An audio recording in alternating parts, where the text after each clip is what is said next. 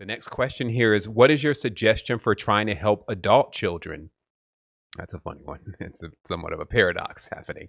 An adult child heal from bitterness against parents that causes them to do things detrimental to themselves. Yeah. Wow. Yeah. Where do we begin? There are so many layers to that. Any work that you learn about with trauma, and how trauma tends to just shape the way a person view themselves and the way a person views the world. It can serve as a way of getting you to say, okay, this is what I've been through, and I'm not going to push that on anybody else. Or it can push you into that space of what you describe, bitterness. I'm angry, and I'm going to take that anger and I'm going to transfer and translate that into the world, and I'm going to translate that into everything around me.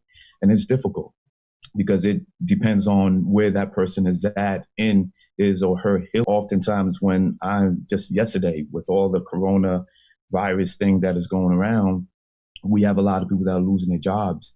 And there are a lot of people that are getting kicked out of homes, evictions, just simple things that we don't think about. And we have adults, crying on your shoulders, trying to find solutions. But in trying to find that solution, they're holding on to so much pain. And that pain is preventing them from actually seeing the world around them and actually allowing them to see their healing post.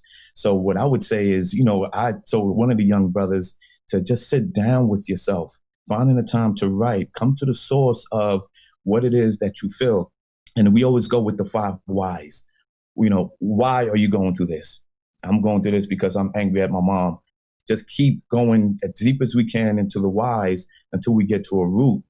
And within that root, then you can begin to write and begin to explore that from a metaphysical, from spiritual, from all different, thought process. Then begin to look at the issue that you're dealing with, and then begin to, just kind of begin to build that step that you need into that healing space. Now, that pain with you, your mom, you, grandma, you and papa, those are layers. That's not one solution. I can provide a solution that don't work for you, So a lot of that comes with, if you're ready for that level of healing. And if you are ready for that healing, then begin to ask yourself those real questions with our parents, with our youth, and as a way of getting them to just talk to each other.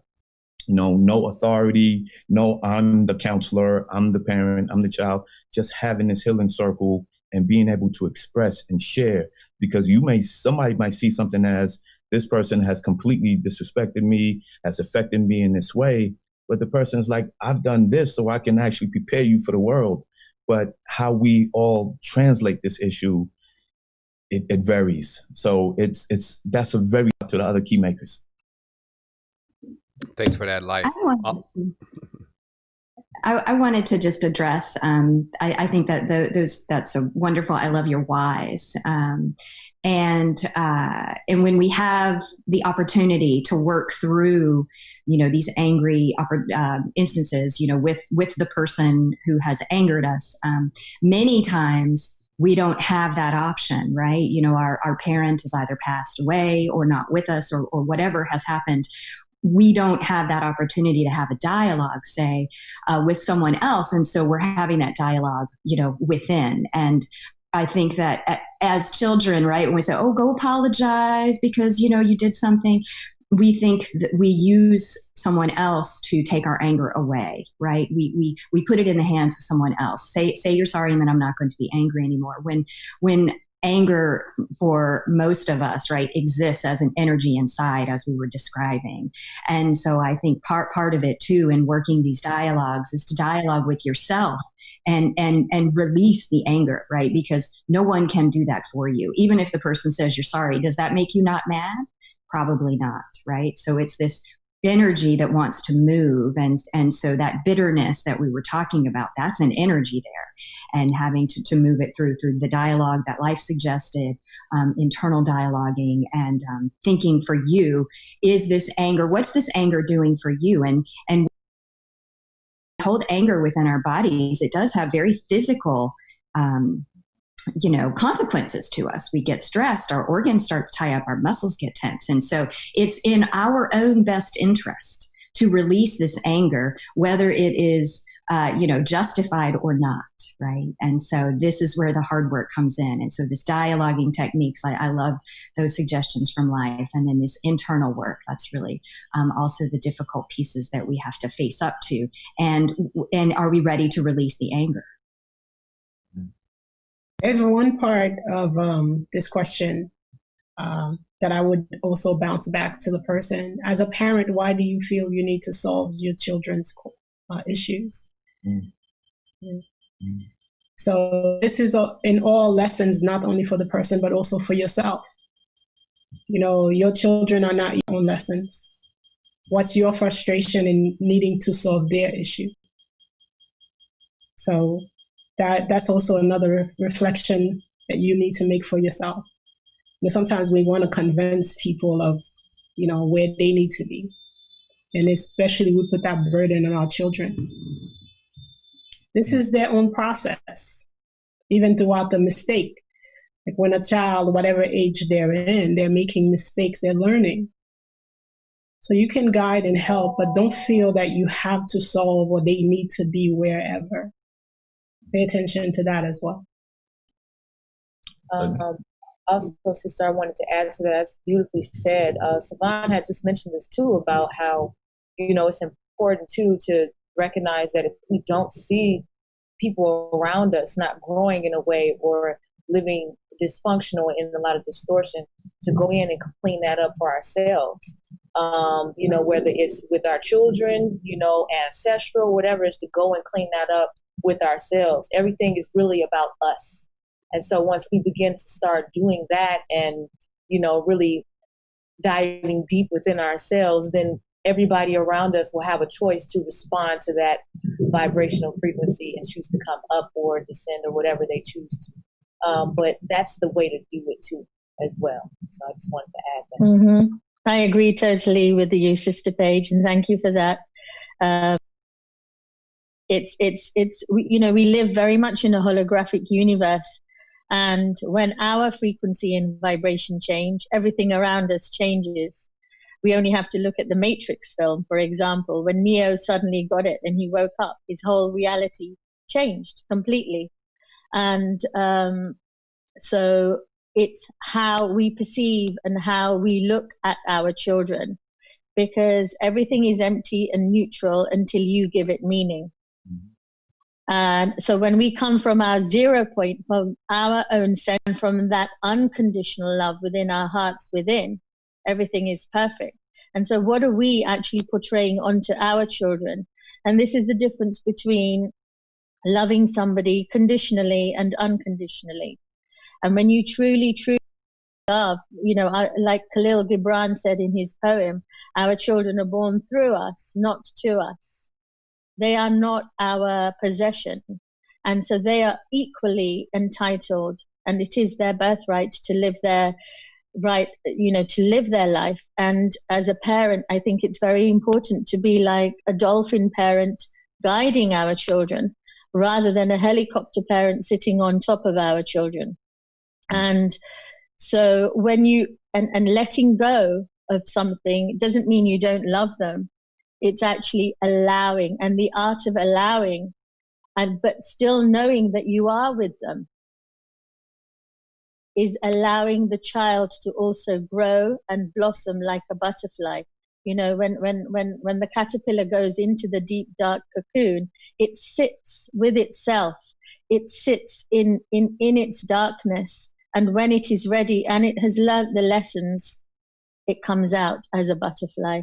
And this is how I have 3 children of my own, and they all have different personalities, and you have to learn to juggle that, but it's that unconditional love and the art of allowing them to be, which is so important, because you see them blossom. You actually see and it's important to have you there. So that central groundedness that you carry from your 0 point ventures out into their reality. Yeah. Wholeness. So if I can add one more element to this, so much great points made by the Keymakers. not everyone communicate the same way. So oftentimes there are a level of pain between parents and youth that that's deep. And some of the things that we've been doing on this side is, find a way, like we said to the question earlier, do something with your parent, like do art together.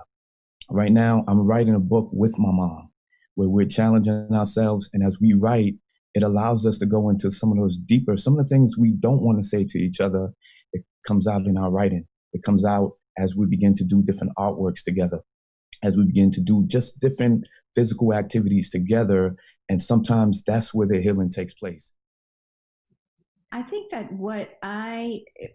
the importance of, I think of my response really in answering that question is for all of us to understand that your emotions are yours, right? So anger, bitterness, all of that is you. That is within you, within your body, within your chemistry, your alchemistry, right? So whatever it is that's happened on your external to create this, right? When we're talking about all is self and all of that, but in reality, right, you feel it here. And so therefore it is your job, right? You are the only one who can make that, who can transmute that energy.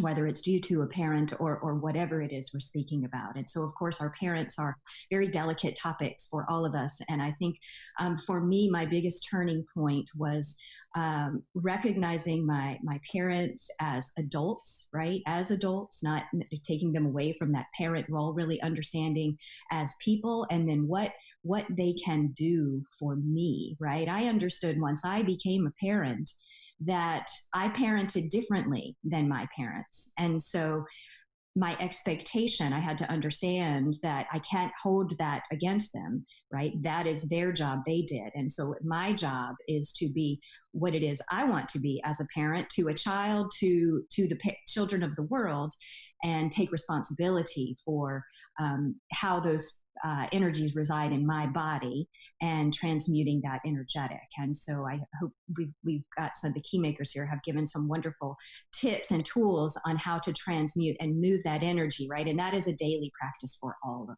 us. So I have a daily practice for healing. You can call it healing the ancestral DNA, but this is a meditation. I think a popular meditation is the Ho'oponopono, if I say it correctly, meditation. And this is a meditation of forgiveness and healing.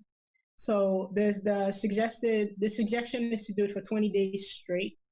And what you're doing is basically going into yourself, asking for forgiveness. And it's 3 simple lines, of course. And the key in asking for forgiveness is first, you can ask someone else for forgiveness, and go into the person and ask them for forgiveness.